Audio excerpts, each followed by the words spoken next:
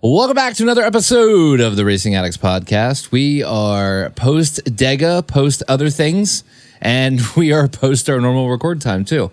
But hey, figured got a complete thing going here. I am joined remotely by my buddy, as always, Mitch. How are you doing, my friend?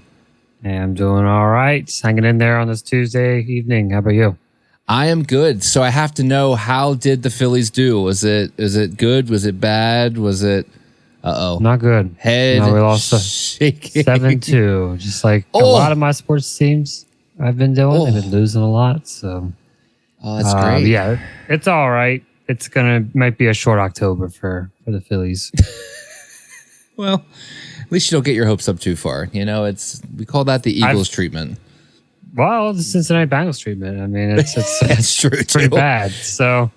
Just kind of been numb to the pain the last few weeks with these last few sports teams. So winter should be very fun this year. Oh, Mitch and Kyle Busch are both numb. That's what I'm hearing. Yeah. We are numb. That's where I got that from. I didn't think of it. It's a thing, and it's my heart honestly is breaking for both you guys at this point because it's a thing.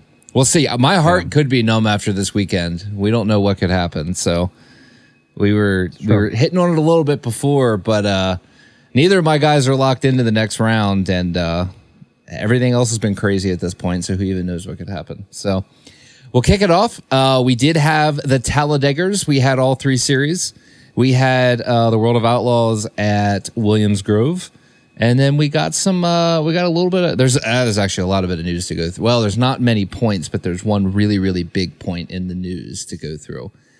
So getting ready to rock this off. So Talladega, what would you race? What would you rate what we saw on Sunday at Talladega? I mean, I'll be honest with you. It's been a while since we've seen four wide racing. I honestly thought it was a pretty good product out there. As far as officiating, that's still a questionable, but racing wise, I would give it. I'll give it a 9. I'll be honest with you. I was pretty impressed with how the racing was. I mean, I don't know if I don't think they were fuel. I mean, they might have been fuel saving. I don't know, but I mean, from what I was watching on the onboard, Corey was 4 wide a lot, and there was a lot of 4 wide racing, which I don't think the runs looked a lot more energized this year. I don't know what led that to that. Maybe it's that little fin. That's what my friend thinks. I don't know if that's true, but maybe after this weekend, that could be it. It could be the shark fin, baby. It could be the shark fin. It looked completely different than the Daytona 500. Like there was no correlation to it at all. I mean, it was noticeably better. Man, for me, I don't love it, and I don't think I'm ever going to love anything with this car. So I try to put that on like a scale whenever I come up with numbers because it's like I just don't love this car. Right. But like I think it's hands down the best Talladega next gen race for sure. Right. I don't think that's even up for debates. The one thing I still hate is at the end of the race nobody can do anything. Like you had basically a gridlock 2x 10, and then anytime someone tried to do something they died. So like I still don't love it, but it was an improvement. The officiating sucked, but it wasn't totally terrible. So like maybe a 6. I think I'm going to land a 6. I know that was a lot of build up for probably not that big of a reveal, but I'm going to go with a 6. That feels about right. All numbers are justifiable. So this seems to be a really polarizing race because like our buddies at the Here for Speed podcast were like elated. Like the lowest score was like an 8.9. But then like I was a little on the fence, and then DBC just dogged it. I mean, dogged the race. And then Denny Hamlin too. Bad, yeah. Like they did. So I don't know. Like it's very interesting. I think the Jeff Gluck poll I think landed at 62. So it's a very interesting result from the weekend. Like I'm actually kind of low key fascinated, honestly. Like it's kind of cool. When they're dogging it, because I don't recall. Like I haven't listened to any podcasts really of other NASCAR personnels. So when they were making like they were trashed on the weekend, was it because of the quality of racing, like, or were they just pissed about like how the race weekend went with like as far as calls were made as a whole. Maybe some of the wrecks that happened that could have been avoided. Like that kind of, were they kind of just more upset about that, or were they more upset that the product was actually like terrible? I think for sure the product, like I can sense the frustration just because I feel like we've taken a lot out of the driver's hands with this car, and a lot of the things that used to make a driver amazing at super speedway like just aren't there. And I think that's where a lot of the frustration comes from. The officiating, and it has its own bullet point on the list. The officiating is worth a subcategory of rating all on its own because, oh my gosh, bad. I mean, like dumpster fire is the only phrase I think I could come up with because it was just rough. But it's the race ended with Brad Keselowski and Ricky Stenhouse Jr. coming to the line side by side. And I'm curious. We have not yet talked, so I'm really curious to hear your take on this unprompted. I was so confused by Brad Keselowski because he like didn't do anything. He just kind of stayed in line and then they finished. And I was waiting for a block. I was waiting for, especially like he kind of cleared the 47 off 4 and then just like didn't do. It was so weird. Like what did you think of the finish with the 6?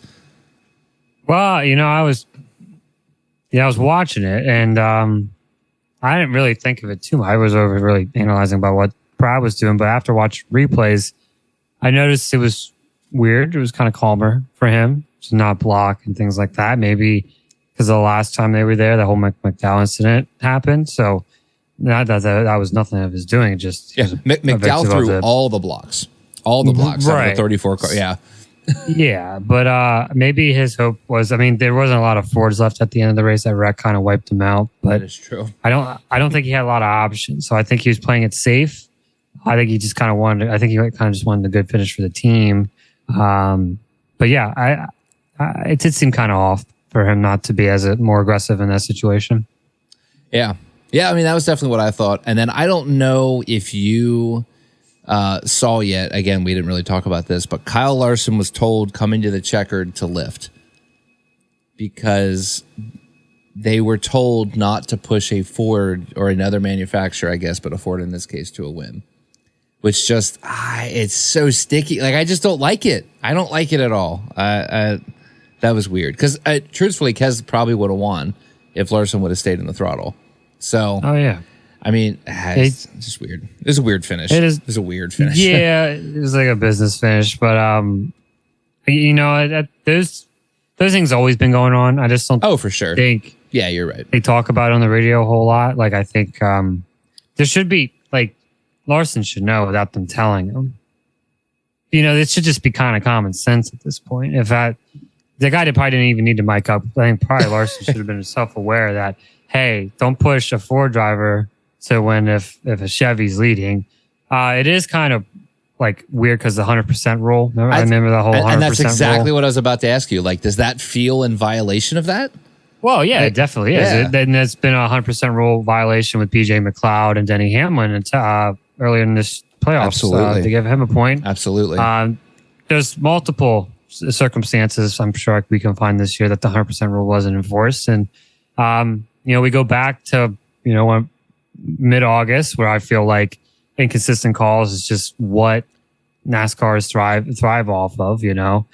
I'm not going to argue that point even for a second. Like, no, you're right. Regardless if you're for the call or against the call, obviously with the whole Austin Dillon thing, I still don't think that was the right call. But time and time again, we see this, you know, scenario where NASCAR just decides to not enforce things and then enforce things for other people. It just depends if it fits the narrative. And so I've just kind of had enough.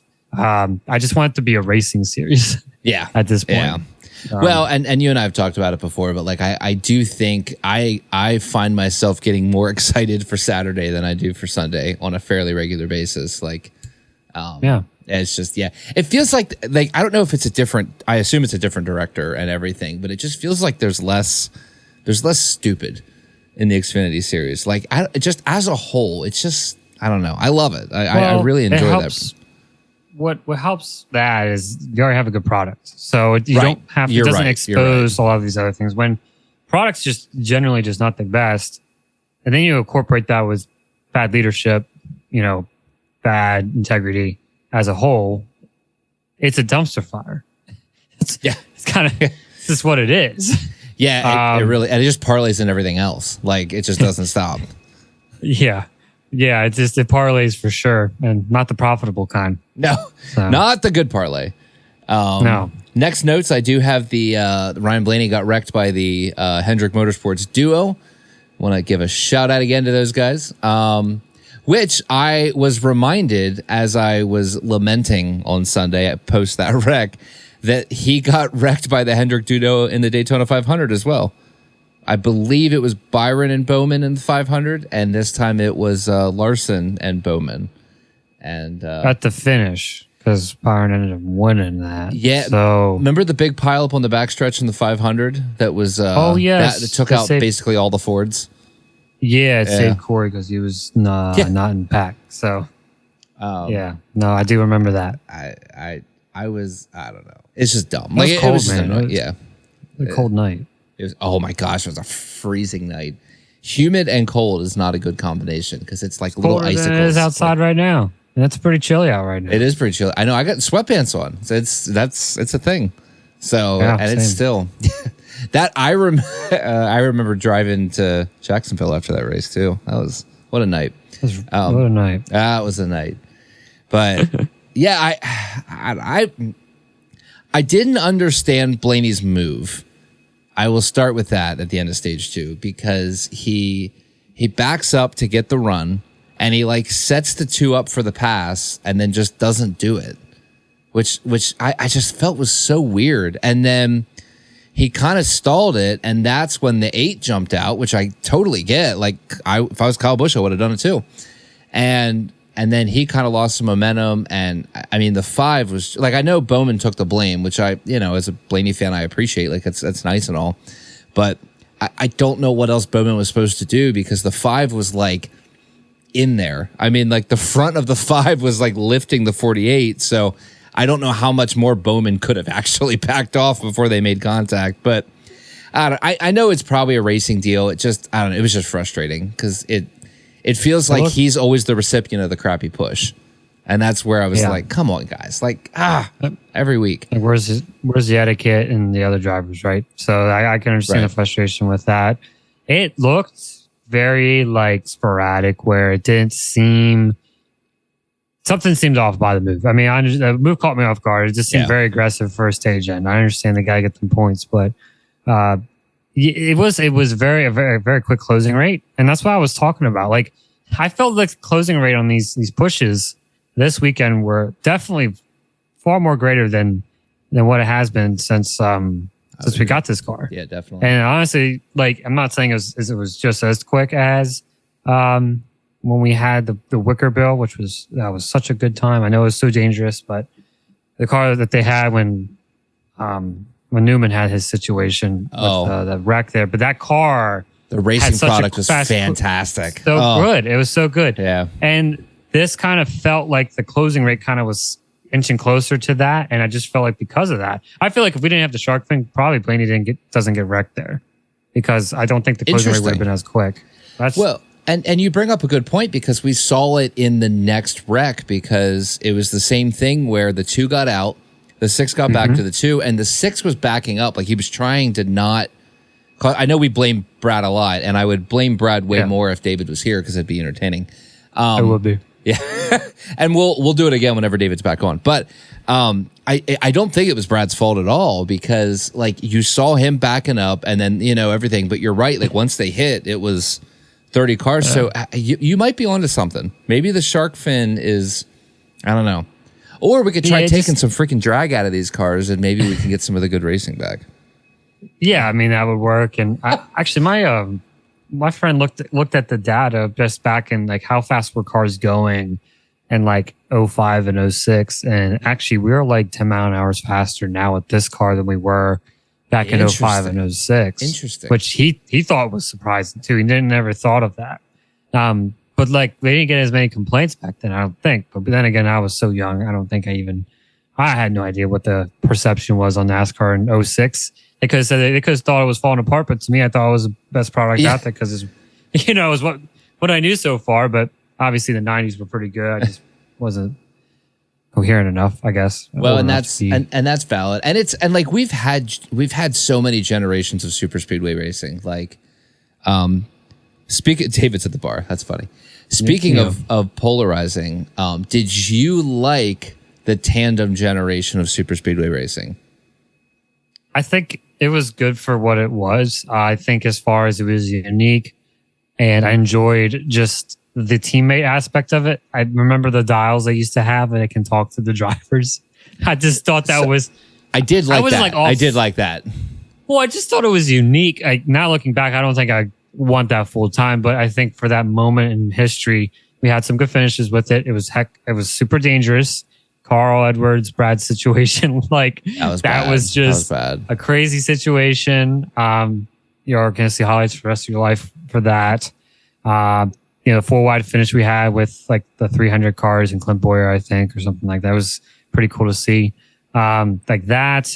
But just, I didn't mind it. I didn't mind it because I liked how when Casey Kane was with Red Bull, he would hook up with the Red Bull car and then they would just go to the front. It just looked kind of cool from a branding standpoint, teammate standpoint. Just thought it was pretty cool to see them just go from 43rd to first. They spin each other out. They go back to the back. They go back to the front in 10 laps. Like it was just kind of chaotic, but I don't think it was. You did have a lot of lead changes. I hated that generation of like super speedway racing. Like I don't know, the tandem thing for me was just like I don't know. I never bit. Yeah, so like I try to remind myself of that with every generation of super speedways. It's like it's really realistically it's only here for a couple years. Like it just feels like of all the tracks, super speedway seems to evolve the most. I did think the end of the Gen 6 era at Super Speedway was pretty phenomenal. Like I really enjoyed that. So I wouldn't mind seeing a little bit of that come back.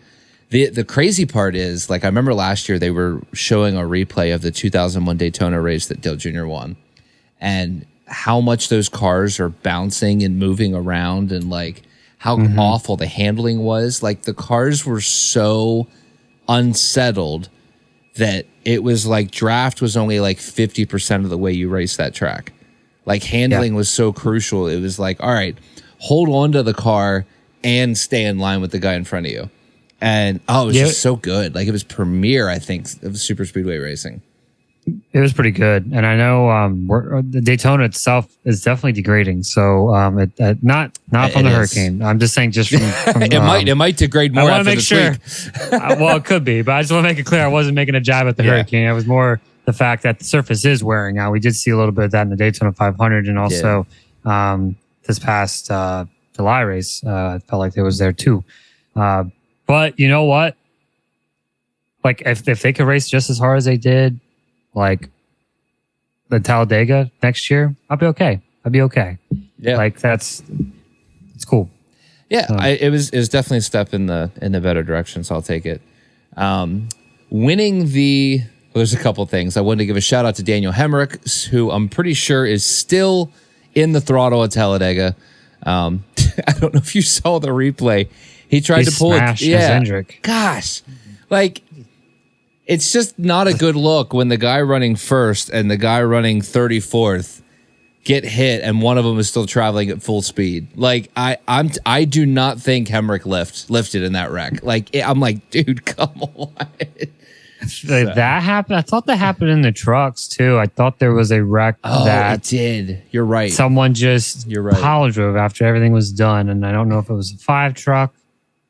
I can't recall, but it was.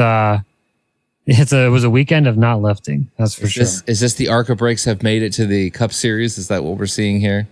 Well, it's this whole timing line thing, the inconsistent calls. You can't really, you want to get them spots there at the end. So it's the best opportunity to pass too. I mean, it doesn't hurt. Yeah. I mean, I don't know. Maybe Dave was just a misjudge, but we were told that these cars, these Cup cars, have really good brakes. So I don't think there should be any issues. I think Hemrick's just afraid of him or something. I don't know. Yeah, it might be. You might have forgot about him. So, But in my book, still winning idiot of the race was Daniel Suarez. The lap like 12 was it lap 12? I think when dude, like yeah, and then he wrecks himself. Like it wasn't just that he put the whole field in jeopardy, and then he like what is processing in his head? I just don't get it. Well, it made no sense. Him and Todd, in a way, Todd was pretty aggressive for being lap 2, but I don't understand that either. I don't understand really what his train of thought was there. I know he's been made some questionable decisions in the last few weeks. I don't know. I don't even know what he's doing in points if he's still even alive.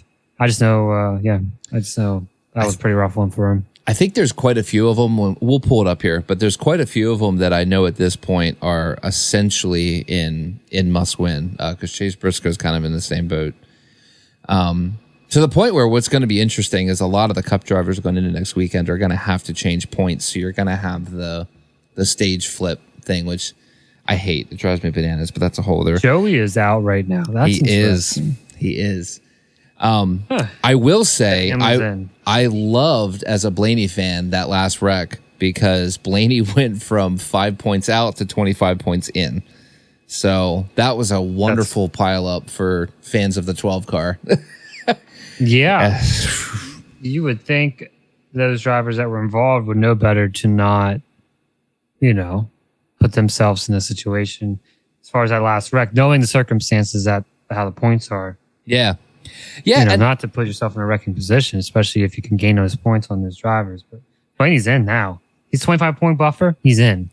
I think as long as they don't have a disastrous race or like, God forbid, he gets wrecked on lap 2 again. But when would that happen? Just every other week. As long as that doesn't happen, I think the 12's fine. And then I'm not worried at all after that. The next round is I think pretty much a lock in for the 12. It's just all the craziness in this round. Like you just have to survive, really. Next 3 races are he'll get run well. Martinsville, Homestead he runs okay at.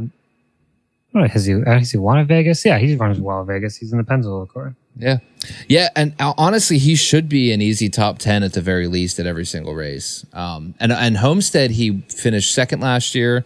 Martinsville he won. And I think Vegas he finished like 5th. So I mean it's not a bad run to the right final. So and then you got Bell, like he's won at Homestead and Martinsville. Yeah. And so he's sitting pretty this year. Like he doesn't have to win to make it the next round. He's actually like sitting 57 points good. So for the first time in his life, he's just kind of advancing good in this round. And instead of winning in the last race. Well, the nice part is, I mean, realistically, I know mathematically the 24 is the only one locked, but I mean, the 20 and the 5, it would have to be like catastrophic to knock them out. I think they're pretty much a lock at this point. And then even Hamlin, Bowman, and Blaney, like again, if they just have a smart, safe race, like I think they're easy. Tyler Reddick, you would be a little bit worried about, but honestly, he's probably going to win the race, or at the very least finish top 3. So it's like I'm worried about the bottom 4, and really, I think it's going to be the 9 or the 22 joining them down there. I think those are the only 2 spots that are really going to flip, in my opinion.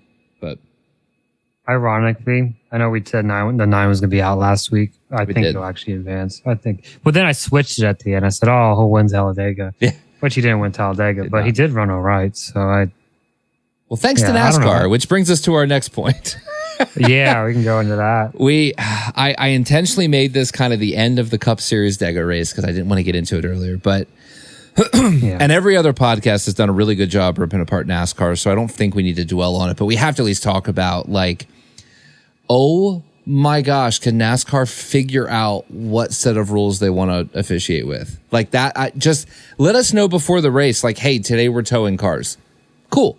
Hey, today we're not towing cars. Okay. Like, if we just know what set of rules we're playing by that day, at least as fans, like, we can have realistic expectations. Like, the 4 spun out. Yeah. They haven't followed it. So they did it to Blaney. They did it to Barry races ago. And like here, like I had Briscoe on a fantasy lineup, so I didn't really want him getting DNF. So I was happy with the result with that, but it wasn't fair. No, helped me, but it wasn't right. And I was like, if the rule says that if the car can't drive back to the pits, they're DNF'd, then that's what it should be. Right. No, like there's no ifs, ands, or buts. And then it sounded like Barry was already done.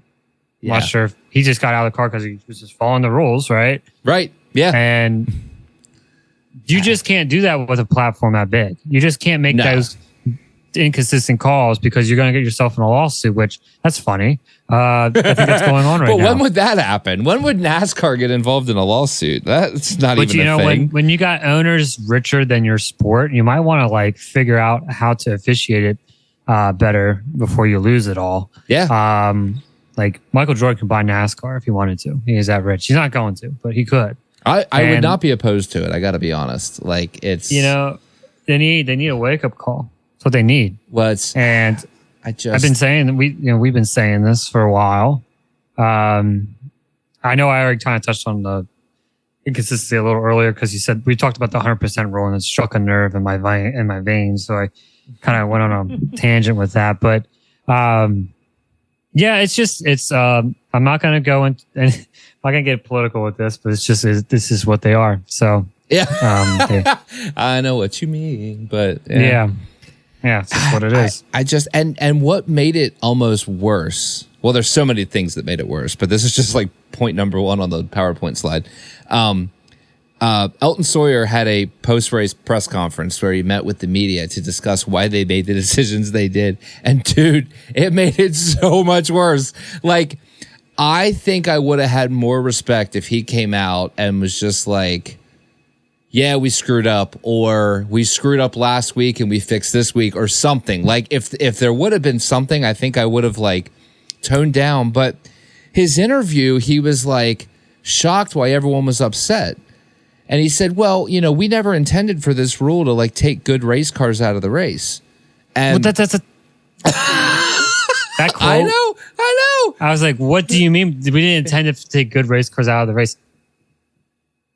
I think maybe he was implying that the car still can run, but it can't because of the car can't which they roll. Can't. They can't. They can't do this job. So maybe that's what he meant. I thought he was like I could also interpret it in a way where he's like, I don't want the playoff guys to get out, so I'm going to save them. And that's what realistically, like I don't know. I probably would have been just as mad if you said that because like the rules should be the freaking rules. Like if you can't move, it's pretty black and white. You would think but.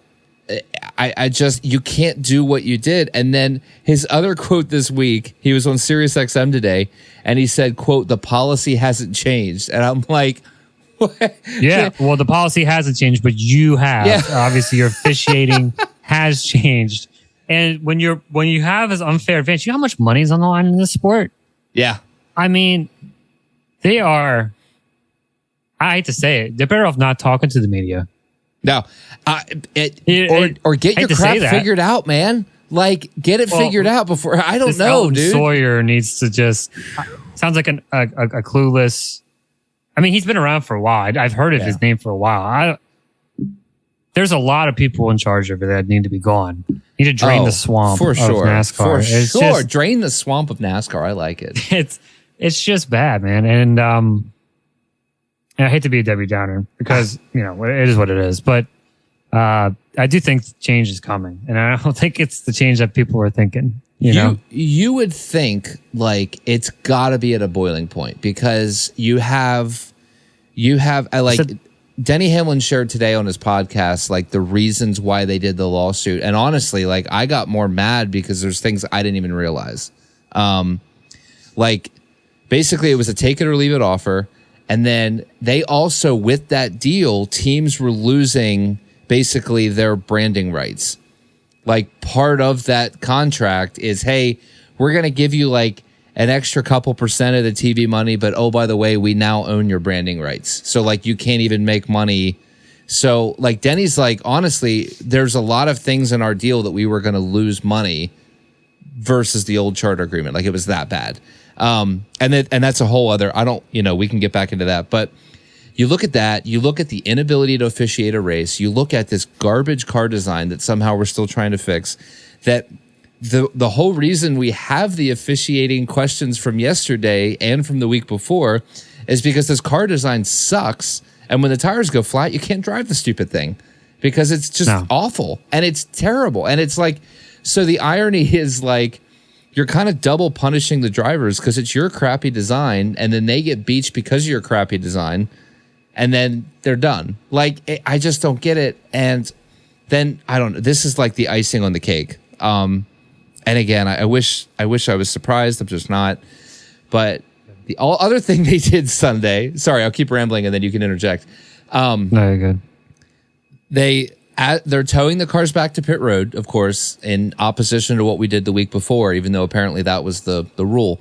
And they decided to lift the red and display the yellow, which means those people that are on pit road can work on their cars. But the pace car didn't start moving. And then it didn't start moving. And then it didn't start moving. So now you have these cars that you already gave an unfair advantage according to your own rule by towing them back to pit road when they couldn't move. And now they got an extra 2 to 5 minutes to work on their car before the field even starts moving.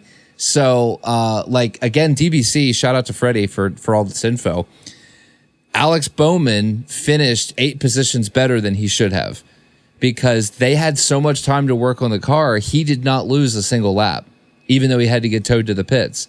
So now a car that technically, I'm sorry, it should have been more than 8 positions because like he had to get towed, so he shouldn't have even finished the race, and he ended up finishing on the lead lap because they had all that. Like, it's just, it's so bad. It's so bad, and it's like, I like Bowman. Like, this isn't an anti Alex Bowman thing, but like, pick a freaking rule and stick with it, and just be fair. And then they tried to band-aid that rule by saying, well, we started to roll them, and then Freddie Kraft basically on TBC confirmed that was false.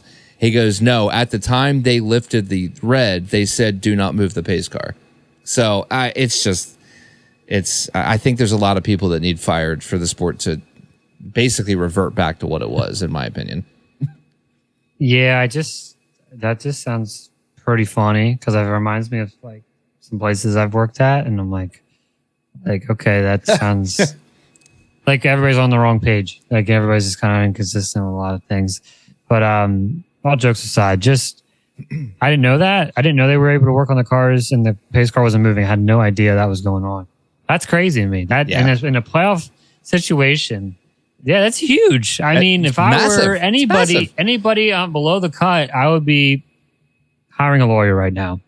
Essentially. Well, so here's a legitimate conversation. So Alex Bowman is currently up 26 points. Shouldn't be up 26. Yeah, if he's out of that race in that wreck, he's likely below the cut line or won it. It looks completely different. I think he finished 16th. So it's like, even if, he probably would have only lost 12-ish spots, I'm thinking, by the time all the other cars that were out, maybe more. Well, yeah, he'd been 28th, 29th or 28th. But best case scenario, he should be 12 points ahead of the cut line, which would put him actually on the cut line because Chase Elliott's 13 above the cut line. So, it's... And then Chase Elliott should be below it too. Yeah. Oh, yeah, because he got towed too. So it's like... Yeah, he got towed. And Chase Briscoe, but he wrecked under caution after they tried to fix it. I don't know if you saw that. I just saw that, I think, this morning on the tweeters. So I was watching it on board. I was watching it live. I was like, wait a minute. Because I was like, fantasy purposes. I said, what the heck? I said, we're not getting points anymore. He's going to park it. He couldn't. He went up and he just wrecked. He tried. Coming out of the pits. A for effort or something. I don't know. Yeah, you gotta do what you gotta do. So it's just, I don't know. So we ran about it here, but you already have your playoff format, which I like, but I know it's a controversial format. Now we intentionally move the schedule so you have a ridiculous amount of wild cards in your playoff format. And then now next year we move Talladega to the round of 8, which I still think is the dumbest decision that they've done in a while. I I look at the mess this Sunday and I'm like, great, this is deciding our final four. Are we freaking serious? Yeah.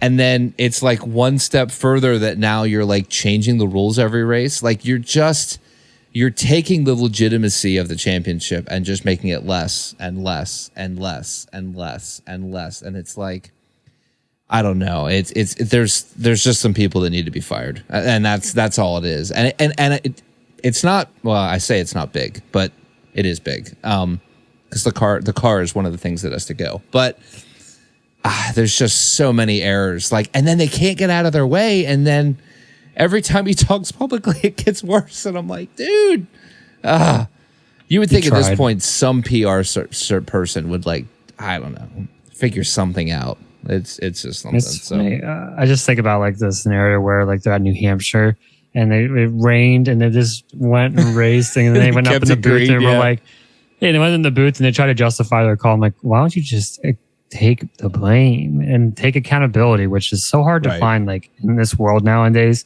No one wants to take accountability. Integrity doesn't exist. You know, it's hard to find that in work, and at least in the workplace. Maybe away from work, you can see that more of that, but accountability is so hard to find, especially, NASCAR. It's really tough to find that. Yeah, it really is, and it's super frustrating. Like, I just don't. There's so many things I don't get. But we'll leave the Cup Series where most of our frustration lies anymore, and we'll move on to the Xfinity. I know you didn't get to see much of the Xfinity, but it was phenomenal. Like, honestly, it was the Cup Series of old is what the Xfinity was at Dega. Like, the handling was really bad. Like, everyone was just fighting for grip, and it was like you had this constant battle of like drafting, but also like you had to watch the side draft because your right rears would walk out, and it just, man, that series just, it never doesn't deliver. Like, I swear, like, Atlanta is probably the only track on the circuit that I think Cup beats the Xfinity Series. And honestly, if NASCAR would stop screwing with the Xfinity package, I think that would be good too, because Atlanta was running that stupid whatever garbage that we put on the Xfinity car this year for that in Michigan. So it was great. Sammy Smith won. I'm not a huge Sammy Smith fan. I know he's a JRM guy. And it kind of sucks because the guy that's 12th in points now went to the lead, which is a little bit of a bummer. But again, the racing product was fantastic. Brandon Jones took out all of his teammates. Shout out Brandon Jones. Thank you so much. God bless you, buddy. Bad push on the 88. Spun, hit the 7, and just like that, Justin Allgaier goes from running third to below the cut line in the playoff standings. So I'd like to thank Brandon Jones for that. Enjoy Joe Gibbs Racing next year, my friend. I'd like to say we'll miss you, but at this point, I don't think we will. Yeah. It's been all season. Like, it's just been all season. Like, at the end of the race, that 9 car will wreck or cause a wreck. Like, it's like a scheduled tweet, you know? It's just, I was going to be mean to someone else, but I'll be nice. And then we had Jordan Anderson started another pileup with SVG. But the big thing I saw was just the quality of the racing. I legitimately enjoyed the Xfinity race. I was torn because the rescheduled Williams Grove race was at the same time. So I was back and forth on my app between Williams Grove and Dega. But really, really enjoyable. It was great. Loved it. And what's crazy now with Xfinity, and this will be something you can chime in on. I'm trying to not dwell too much on something you didn't watch. Sorry. The playoff picture for the Xfinity Series rolling into the Roval is insane because we already know these cars run great on road courses. Like, we know it's going to be an entertaining race. We know that Shane Van Gisbergen and AJ Allmendinger are probably your favorites. Like, let's just be realistic. I'm seeing that. Yeah, right here. And right now, on the cutoff line, AJ Allmendinger is above the cutoff line. Justin Allgaier is below the cutoff line. Shane Van Gisbergen is below Justin Allgaier in the cutoff line. So, as an Allgaier fan, I'm nervous as frick. Yeah, I mean, that's very valid because, Shane can probably win a few stages this weekend and the race, probably, Sheldon, right? I mean, and the race, yeah, and it's crazy because a lot of these guys are pretty good at road course racing. They really are. Sheldon Creed's pretty decent. Ironically, Austin Hill runs all right. AJ's phenomenal. This is his joint. Herbst, he'll make mistakes, but he runs well. I mean, I don't know, man. Sam Merrick could win too. Parker could win it. The last four are all road ringers. Like, they could win road course races. You're not wrong. Especially Sam Mayer and Justin. Also, and that's the thing. It's like, kind of weird. Like, Justin's good on a road course too. Like, as weird as this statement is, there is a piece of me that thinks Allgaier and SVG could both make it to the next round. But what's wild is that means Jesse Love, Jesse makes some mistakes, so I feel like there's the possibility there. And Riley makes some mistakes, but I feel like the 16, the 7, and the 97 have a legitimate chance to leave the Roval in the playoffs. But I think it's going to be, man, it's going to be tight. It's going to be one of those, like, watching the points the whole third stage and going like in, out. And especially because the 16 or the 97 could win easily. Like, I think those, maybe I'm crazy. I think those are your two cars that are probably going to win the race.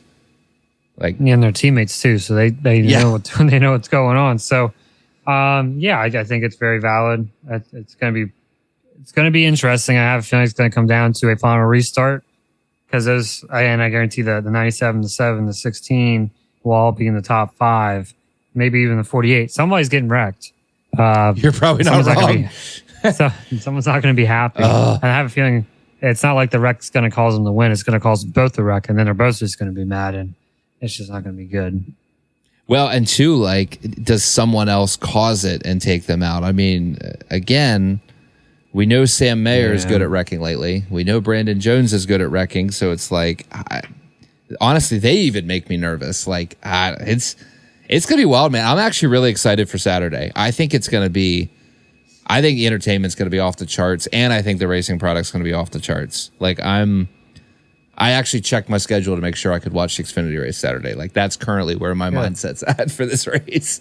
Yeah, I think I'll be tuning in as well, hopefully this week. And I know this race, sometimes they give away free tickets, so you never know. You might get yourself some free tickets. And well, you and I definitely were given an opportunity that we couldn't take advantage of, unfortunately. Oh, that's right. That's right.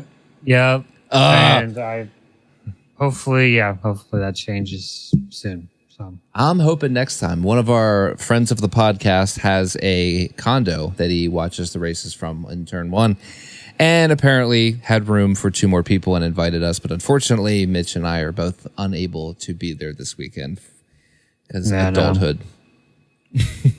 Unfortunately, we do appreciate the invite for sure. Yeah, big time, dude. That would have been so much fun. And honestly, like, I know the Roval's not our favorites, but like, I think I would love to just see it in person once. Like, I'd be curious to at least go. So yeah, this would have been a fun one to get to.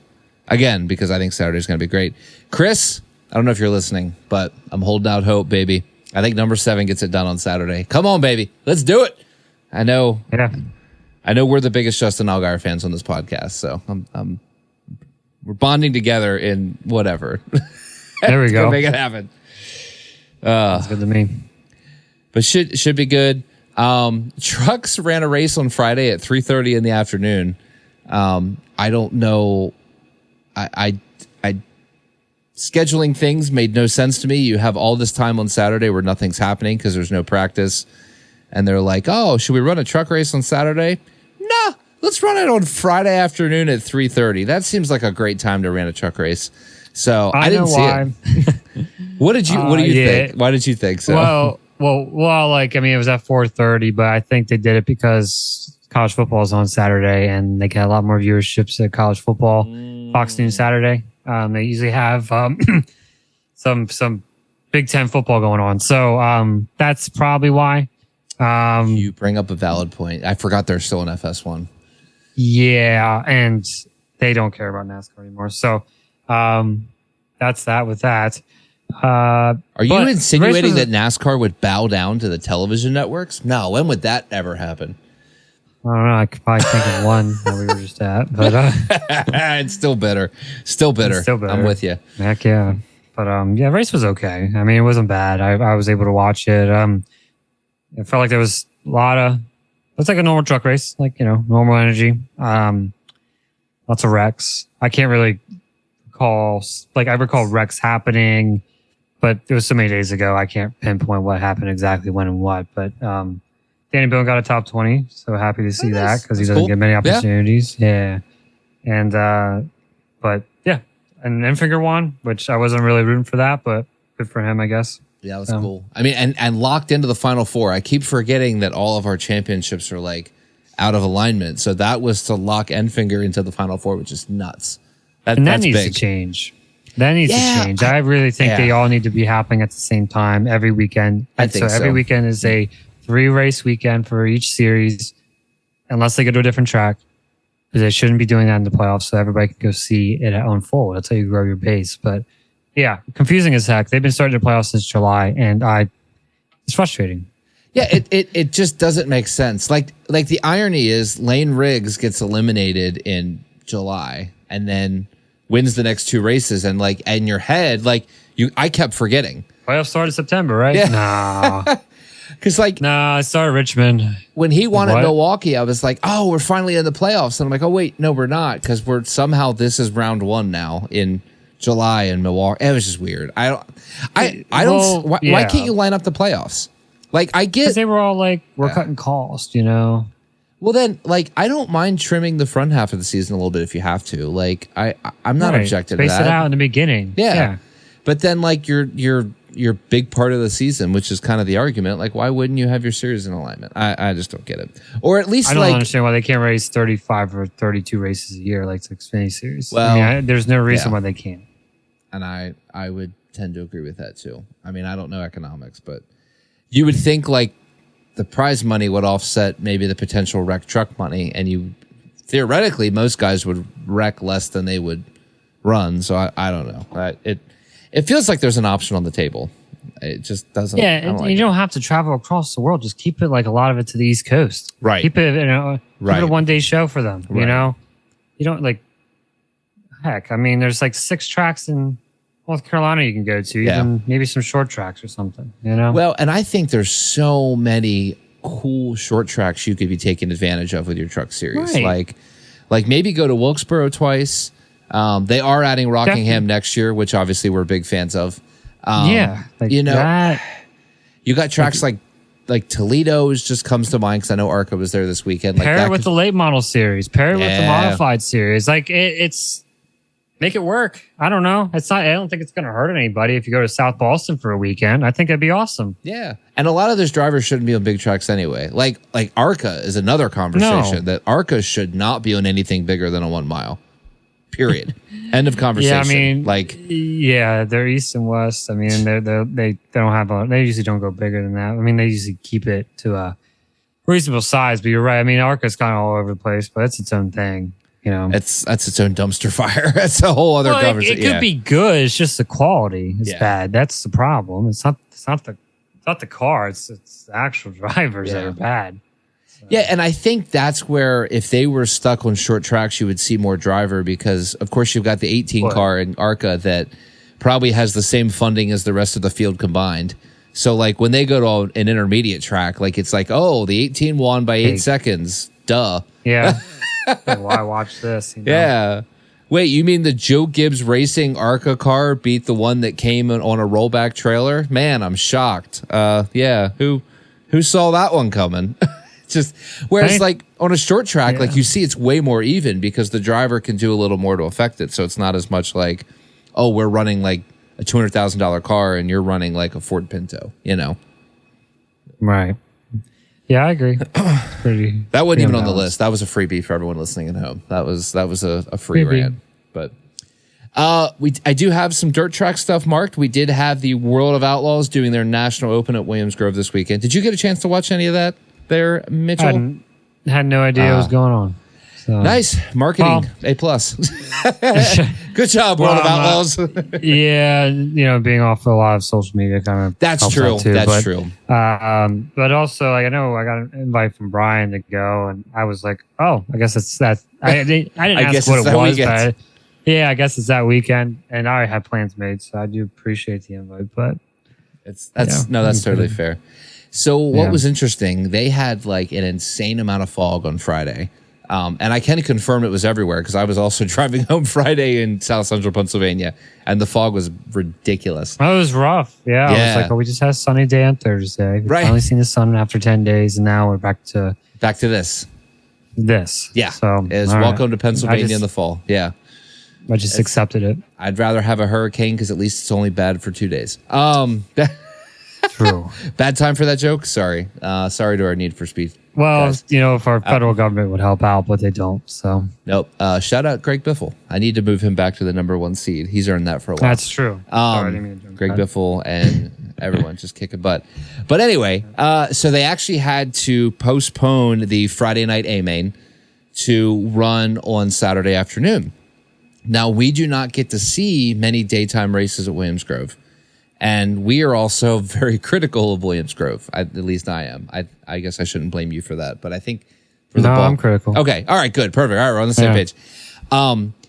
Daytime Williams Grove racing is at least 5 times better than nighttime. Probably because it slicks off. Big time. And so you don't get that massive rubber laying down on the inside of the corners. So the cars are actually pushing out to the cushion every single turn. So you get a chance for like crossovers. You have handling be more of a matter. And like you could pass. It was crazy. Like, guys, we've fixed Williams Grove. Just run all daytime races. 1 p.m. start times, guys. Bring them back. Sunday at 1 p.m. Williams Grove. Where are you at?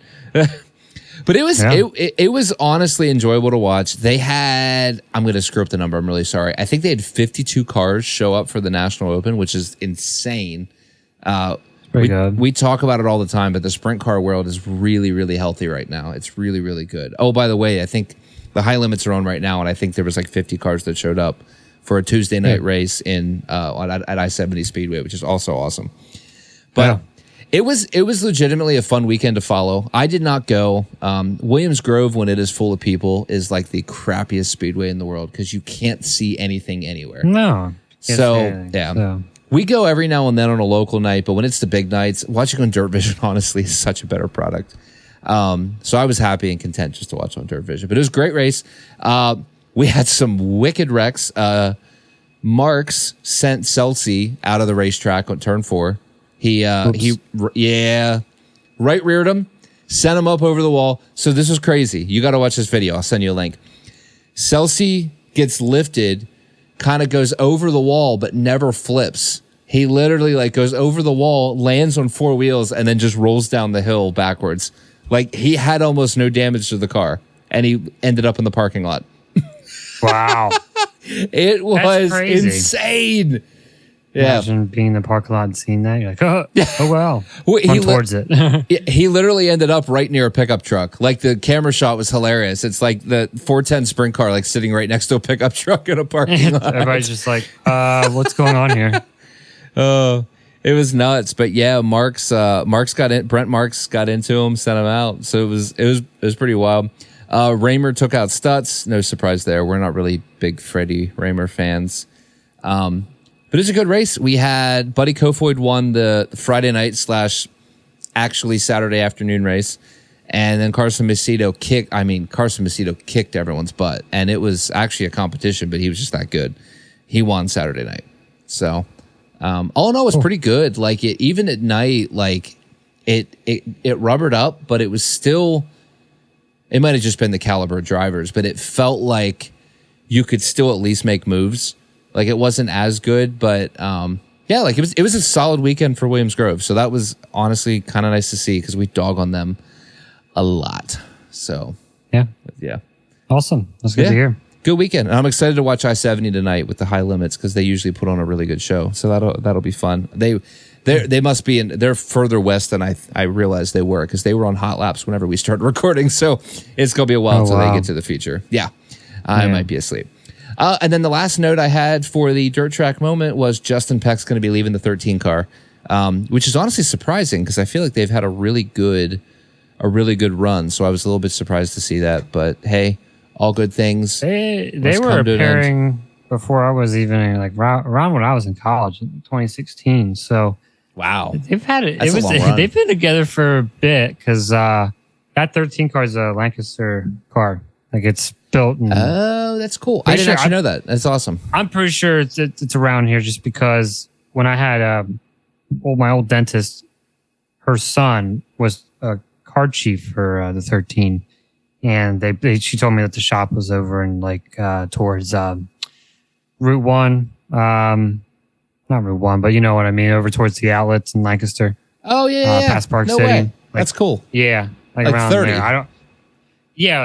Over in 30. I think it's like either when you go up like around 322, or if you're veering off of 30 to go to. Okay, I got the you. outlets. I've never seen the shop, so I don't know how much of that's true. Maybe she was confused, but her son worked for them because he lived in Pennsylvania and was local, but they also traveled, so it was kind of like I'm pretty sure that's what it is. Maybe Kenny could fact check me.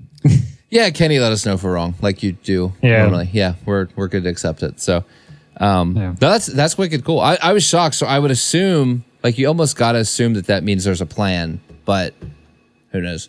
I mean, it's cool to see something different. They've been together for a bit, but Justin Peck, he's a good driver. So. Yeah. No, I think he'll land. He's really pretty solid, and he's clean. Like I like him. I think he's a pretty good dude. So, moving on. I had a note. We talked about it, but I just had to say it again.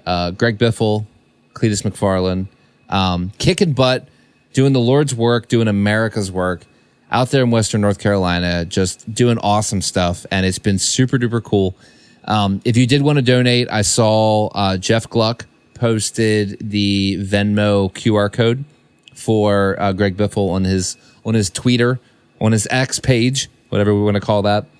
But yeah, if you want to donate, definitely. Greg is the one like on the ground doing stuff. Like if you don't follow his Twitter account, follow his Twitter account, because he is posting all the stuff and you're getting to see all the things. He's doing a lot with Elon Musk, dropping off Starlinks everywhere, which is freaking dope. And yeah, it's just great. It's just great. So I felt like we're still close enough that I felt like I had to mention that, because it's just cool, and I'm enjoying following it. Yeah, I wish I was down there on the ground helping. Me too, honestly. I really do. Yeah, especially like since the government does want to help them, and that really pisses me off. Especially since I used to live down there, it just kind of strikes a little differently. So I really hope things get better for them. Me too. And also, the hurricane going on that's happening right now is a Category 5, Milton, over in Florida. So thoughts and prayers for everybody in that situation. Hopefully Nolan is not in Tampa right now. Hopefully he evacuated. I'm hoping he went back to PA for a bit. I'm hoping he did. Actually, I'm going to reach out to Nolan. He's Nolan. Right in the eye of it. He's right at the eye, yeah. Right in Tampa, and he's in Clearwater, and it's 180 mile an hour winds are happening. Actually, right now. It's actually hitting land right now, right where he's at. So hope he's all right. Yeah, big time. And I have a handful of friends that live down there, and you do. It makes me, and I love that area. Yeah, it's like one of my favorite areas too. So like it's heartbreaking to see. Yeah. Sorry, I just texted Nolan. I'm glad you said that. I want to remember that. So, yeah, I mean, big time thoughts and prayers. Like I said, I have a lot of friends. I love that area. Like, we have our podcast friends that live in Orlando-ish area. Yeah. So obviously they're going to get a pretty good chunk of it. They're going to get a lot of rain, but it sounds like the meat of it is just right above that, thank God. Hopefully insurance companies help build everything back up. So hey, maybe they can build back better. Oh, that's not possible. Let's not do that. Doesn't exist. Happen. Builds back with more taxes. Yeah. Nolan says he's good, ladies and gentlemen. Just to clear. Oh wow, good. So, I guess we got to talk a little bit about it. I don't have as much info as I would like, but we did have a lawsuit filed against NASCAR this week, which is pretty nuts. Like this is kind of like a big deal, I think, because I don't ever remember anything like this happening. So 2311, for anyone that's living under a rock that has not yet heard this, 2311 and Front Row Motorsports have filed a joint lawsuit against NASCAR with the terms of antitrust. and their biggest target is being a monopoly. And I feel like there's some legit stuff. The more I've learned about it, I've been kind of passively just taking information and trying to really understand the full story. But I don't know, man. Like, I think they've got something there. And I don't know if this is just a scare tactic to push a settlement or if they genuinely want to like take them to court, force NASCAR to open their books. But there's a lot of concerns in the charter agreement. And honestly, I'm just glad somebody's doing something because I think you had to. Yeah. It's we touched a little bit. I know I've mentioned a little bit on it prior, but yeah, it's not surprised, especially when people like Michael Jordan's in the sport. They're smart individuals. They understand how business works. They used to own a franchise, the Charlotte NBA team. So yeah, that's true. That's true. They're very aware of all this. And I think Michael Jordan has one of the best lawyers in the business. So NASCAR should be very scared, should be very concerned. And like you said, I don't know if it's to push a settlement or to actually go through with it, but it's going to be interesting because I know, like you guys were talking in the text, if NASCAR is a private company and it's their own company and their own rules, I think they can do whatever they want. You could just don't play by them or you just leave the sport. But it's hard to say. I don't really know how it all goes down, but in a way, I'm rooting for Michael Jordan. So I get it. Like, and it's hard because I don't fundamentally agree with every claim that I hear from Denny Hamlin because there's certain things that I just don't like the door that it opens up. Yeah, he's still an idiot, but that's why I said I'm on Michael Jordan's side. That's fair. That's fair. But emphasis on the Michael. But the biggest things for me that stood out, and again, I thank Jeff Gluck and Denny Hamlin for their podcast because that's how I know a lot of this. And I did not realize this, and maybe you did neither. Apparently, even the parts that teams buy from the third-party vendors for these next-gen cars, they never own. NASCAR technically has ownership of all the parts. Then why did you hold up? I know. That's tyranny. And NASCAR controls the third-party supplier. So that's massive. Like, that's bad. And then NASCAR controls the officiating. NASCAR has their own broadcast team. And NASCAR owns 80% of the tracks. Yes. So yes. Yeah. So they technically take about 95% of the profit of everything that's right. So yeah, I mean, I knew that. I put all the numbers together. I was fully aware of that. I just didn't think anybody cared enough to sue. Well, I knew that guess for a while. The biggest thing that I didn't realize was that teams didn't own the parts. Like in my book. Yeah, I never knew that. I was something new for me. I actually never heard. That seems like BS to me. That's what I'm saying. Like if Roush Fenway Keselowski is spending $2 million on a parts order. Yeah. Like on a parts order. Parts order, yeah. Like, why would they not retain ownership of that? Like, I just don't. That feels like tyranny. Like, I think why was this never talked about? Like, why? Yeah, how was this not talked about from the get go? That by the way, guys, like when drivers would talk about it, Corey would talk about it, everybody would talk about it on their podcast.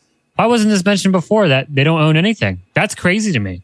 That to me is common sense where I would say, no, I'm not going to invest in the sport. If I'm putting millions of dollars in the sport, I don't own it. What's the point? Obviously, there's a lot of these guys have so much money, it doesn't really matter if they lose money. Like they're billionaires. Like they don't, it's not going to affect their pockets. But like someone like a small team, I would say Spire, but like I guess they're big now. But I don't know. That seems mind-boggling to me. And do they get their money back when they leave? Well, yeah, that doesn't happen. No, and I guess like I would love to hear a deeper confirmation on this. Like, so I learned it from Jeff Gluck, and Jeff Gluck was surprised when he read it. So I should say there is a margin of error that like maybe he misinterpreted, and because he did, I also did. But from what he read, it sure sounded like that was the situation, and I just don't like it. I don't like it, and I know too. NASCAR has, so even though the teams buy the parts, put the cars together, sell the sponsorship, NASCAR dictates what they can do with the cars. Like, I just don't like it. Like, so then you move on to the next issues, which is, oh, by the way, the new charter allocates 4 charters for the France family to compete in the series that they own, that is officiated by the officials that they own. Well, not, you know what I mean? Not own, but that they maintain. And then the other big thing, like we hit on earlier, is that the NASCAR actually would own the branding of all the teams that signed the charter agreement. And it's like, where do you stop? Like, it's just not good. Like, as much as I don't necessarily agree with, like I said, a lot of the stuff that Hamlin brought up, you have to say something. Like, how can you stand by and sign that and let it go? Like, that would be enough for me to question if I want to be in the sport. Really? Yeah. Like, I agree. Because you're talking about a ginormous gamble because you never own anything. They won't give you permanent charters, so you don't even know what the charter that you're holding now is worth. It's just it's absolutely mind-boggling, and I don't like it. And I'd rather invest in like Bitcoin or some crypto. Dogecoin sounds more solidifying than this. Oh, Roth IRA probably has a higher return of investment too. Oh, it definitely does. Doing pretty well. But yeah, I mean, it's crazy, man. Even you can't just. I don't know. I've never heard it. I don't think you could just say, hey, you can invest everything but own nothing. That just seems. I don't get that. That seems like insanity. I don't get that. That seems like insanity. I know the definition of insanity is doing something, over and over again without extra results. Well, to me, that's just insane. Yeah. You continue to buy parts that you don't own. That's insane to me. That just feels like a problem. And I'm on the attitude of like, all right, well, if you maintain ownership, then you can buy us a new car after Talladega. Like, that's kind of, I mean, if we're going to be dumb. At least tow me back to the pits. Yeah. Yeah. I don't even get to own the stupid thing, and I just wrecked it, Just. Everybody at the last race of the year should just destroy the car and be like, yep, this is what NASCAR gets. Here you go. And then they all walk off. Boycotts. Just wrecks the whole. You just start walking off. I think the entire Cup Series goes to Kevin Harvick and Dale Jr. and says, "We're just going to come do the Cars Tour with you." Like, how? Well, they're going to have to sell. Yeah. Like, let's just think about what happens if this goes through. So, like, basically, they would they have to sell, or would the lawsuits they get through? Do we know how much they're suing for? Are they suing for amount? I don't know that it's for an amount. If and again, I'm trying to understand all of this as it comes out because there's a lot involved to it. But from what I understand, it is not a number. It is basically to show that some of the clauses in the contract are not good. So I think it's all in an attempt to basically rewrite the deal. So, and then he did confirm too that the teams received the contract at 5 p.m. on Friday, and they were told that if they don't sign it by Saturday morning, they lose their charter. So that's also an issue. That's also a massive issue. I don't even want to. I have 10,000 reward points. I don't even want to go to the damn series. I don't even want to invest in the sport if they're going to act like that. And that's where I'm getting. Like, it's just not good. Man. Like, I'm out. I watched College Game Day Saturday. I haven't even watched an Xfinity race. I mean, I don't know, man. That's pathetic. Oh, it's bad. That's tyranny. It is. I agree. I mean, that's some third world country crap. Dictatorship. And it's like people like that.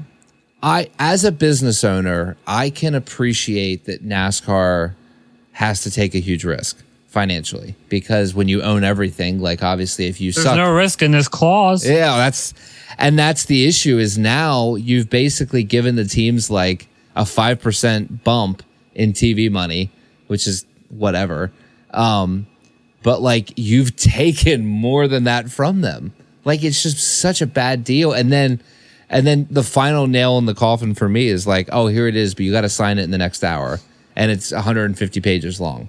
Like, it's just, man, it's so bad. It's so bad. And it's just not good. Like, fire the leadership in America, fire the leadership in NASCAR. Start over with both. It just equivalent. Yeah, it's equivalent, because they're both bad. They're so bad. So please should just say make NASCAR great again. Is what it should say. So I don't know. It's going to be really interesting following this. The timeline is like 2 years, which is bananas. So it's going to be really interesting to follow and see if there's any discrepancy in how the 11, the 45, or the 23 are officiated. Because like this is going to be an ongoing battle while the teams are still showing up to compete every week. So there's lawsuits for 2 years. Wait, hold on. It's going to take 2 years to come to a conclusion? The idea is if it goes to court, which NASCAR has not responded yet to 2311, so we're not 100% sure yet. But if it goes to court, it likely will be 1.5 to 2 years out before it is a court case. So I guess what's happening now is an injunction has been filed to basically maintain the 2024 charter agreement for 2311 and Front Row Motorsports. So moving into 2025, all the teams that signed are basically going to abide by what they already signed. But 2311 and FRM will continue to get paid as they are now. But at the same time, they are not going to be beholden to all of the bullcrap that the other teams are beholden to. So it sounds like it was their decision. Like it was 2311 and then basically saying, hey, we're good to not sign this if we can just maintain what we have now for another year. Which I kind of get, because then they get to maintain all their branding rights and all that garbage. So what with the other teams? They should back out of that agreement. They should. And they would. They absolutely should go and sue, and they can get a better deal. Yeah. Well, they all should do that. Well, that should be. That's too late. They didn't think. There is rumors that one or two of the owners are going to back out and join the lawsuit, but nothing has yet become. I want to watch this court case live. I will take off work. I will have popcorn and food. I will. You sound like Jordan Bianchi. I think that's exactly what he said. He's like, "This is gonna be great." Is that what he said? Yeah. Oh my gosh! I wish this is gonna be so entertaining. Let's do it Christmas Eve. I'd be loved. That would be our Christmas gift: is watching this court case. We can live podcast this thing, a live stream it. You know, our reactions. There's your money. Sell subscriptions, because I would probably buy a subscription to follow this. Yeah, I would too. And I love it. That's funny.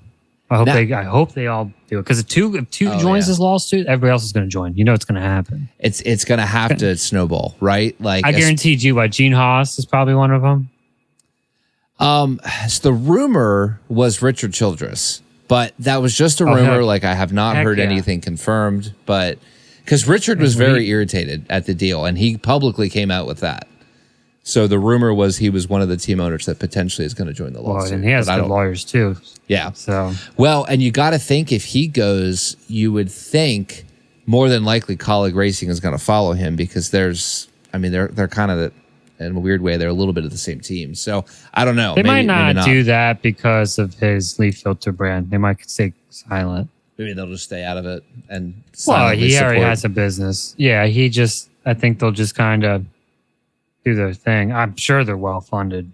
Yeah. They have money. They're fine. I mean, I don't see them jeopardizing their leaf filter brand, but I guess it's a whole different entity. I don't think maybe it wouldn't affect their brand too much. I don't know.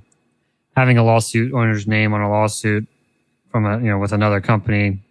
But then again, Michael Jordan is a lot of the Jordan brand and everything like that. So it's not affecting him. So maybe he doesn't care. I guess he don't. Well, it's Michael Jordan. He can do whatever he wants.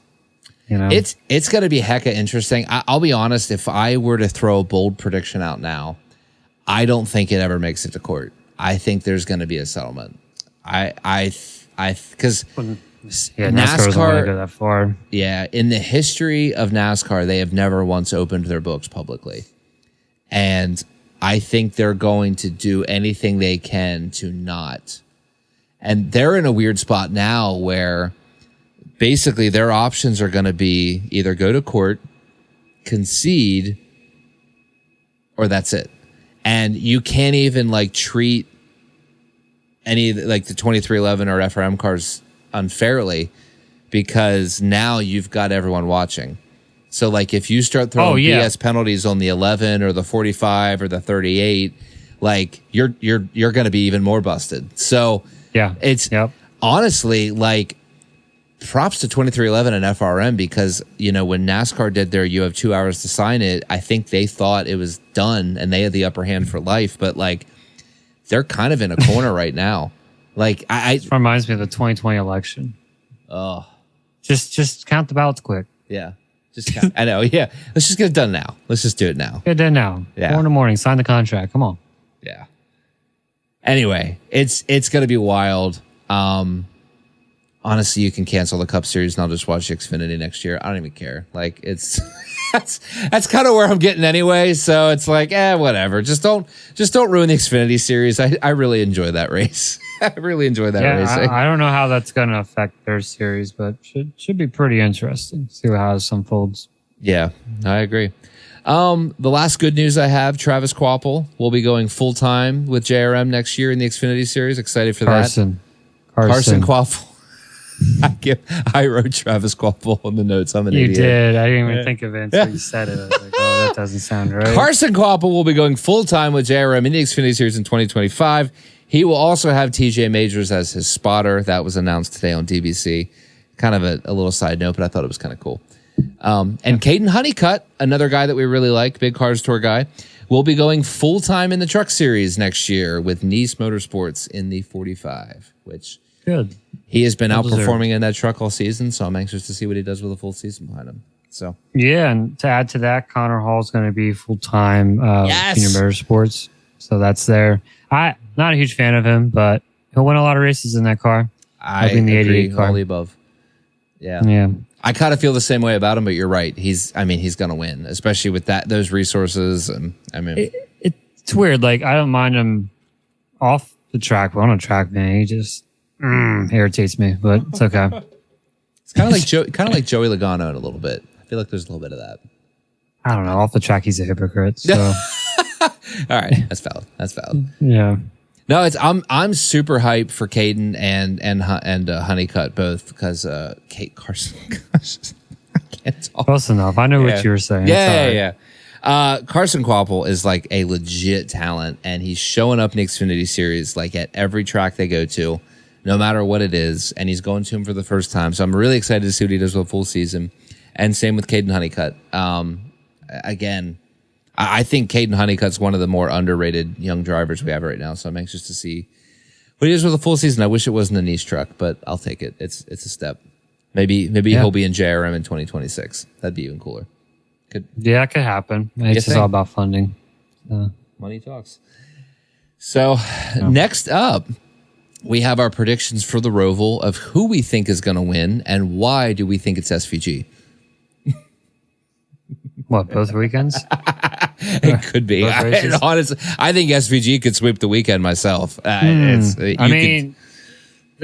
good guess. I do think he has a good shot for sure. I don't think it's going to be him though. I think it's going to be a playoff guy. I really do. No way. All right, I'm really curious now. Who do you have? Who do you have going to victory lane on Sunday?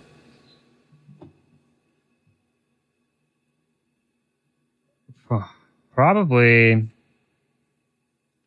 I think it's a perfect opportunity for the 20 to get back to victory lane. I really think that he has no pressure, so he has a lot. He could do a lot to play to win the race, not for stage points.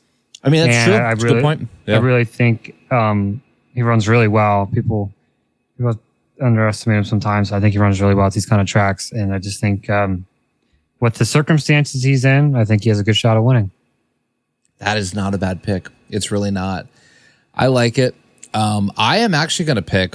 I feel like SVG is like too easy of a pick anymore. So, well, it's the Roval, so it's not really real. It's like, a little different. Yeah. Like it could be different for him. I am actually going to take the guy that won there last year, and he's kind of SVG-esque. I think AJ Allmendinger gets it done. I like him. They won the Cup race last year? I can't remember. Yeah, he won this race last year. He won the Roval in 2023. So it could be a repeat. I'm super curious to see. Get a little momentum going into that full-time season next year with Kaulig. Hopefully, if the season happens. Sorry, it's a dumb joke after our last conversation. Oh, boy. But how wild. I mean, that would be, this entire round would be nothing but non-playoff winners if that happens, which would be pretty crazy. Because it was Chastain, Stenhouse, and then maybe Allmendinger. So. Yeah, I mean, maybe it's expressing its level playing field, this car, unfortunately, that we don't like too much, but one thing that it does bring is like, some different kind of circumstances. And that's for sure. So that would be weird if that does happen. Cool to see though. Been seeing that a lot in all the series, I feel like. Yeah. Well, I think that would be the 19th different winner this season, which is bananas. Like absolutely bananas.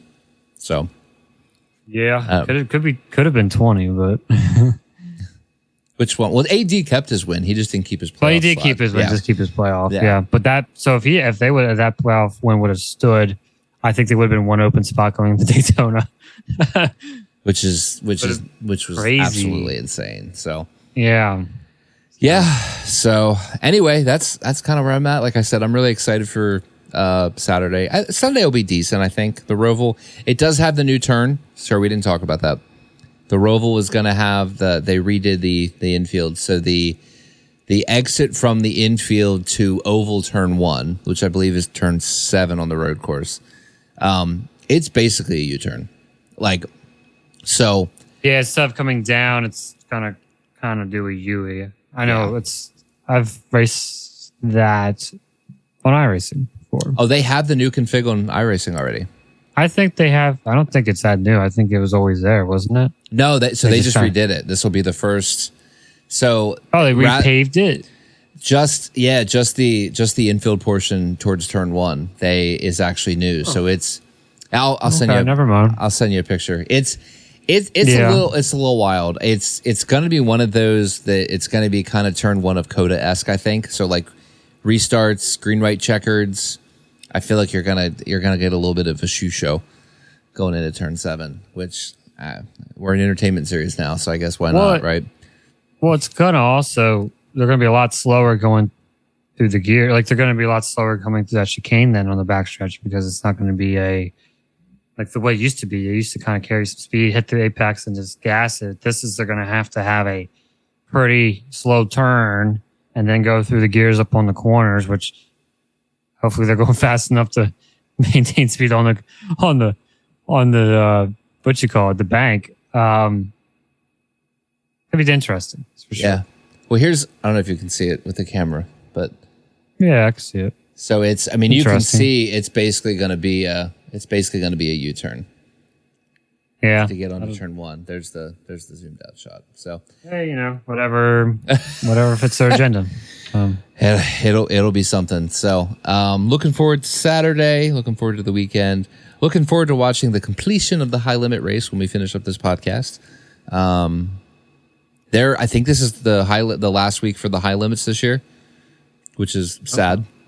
I'm pretty sure Friday is their last race of the season, so that'll be a bummer. I've been enjoying watching all my midweek sprint car racing all season, so I'm gonna miss that. Good.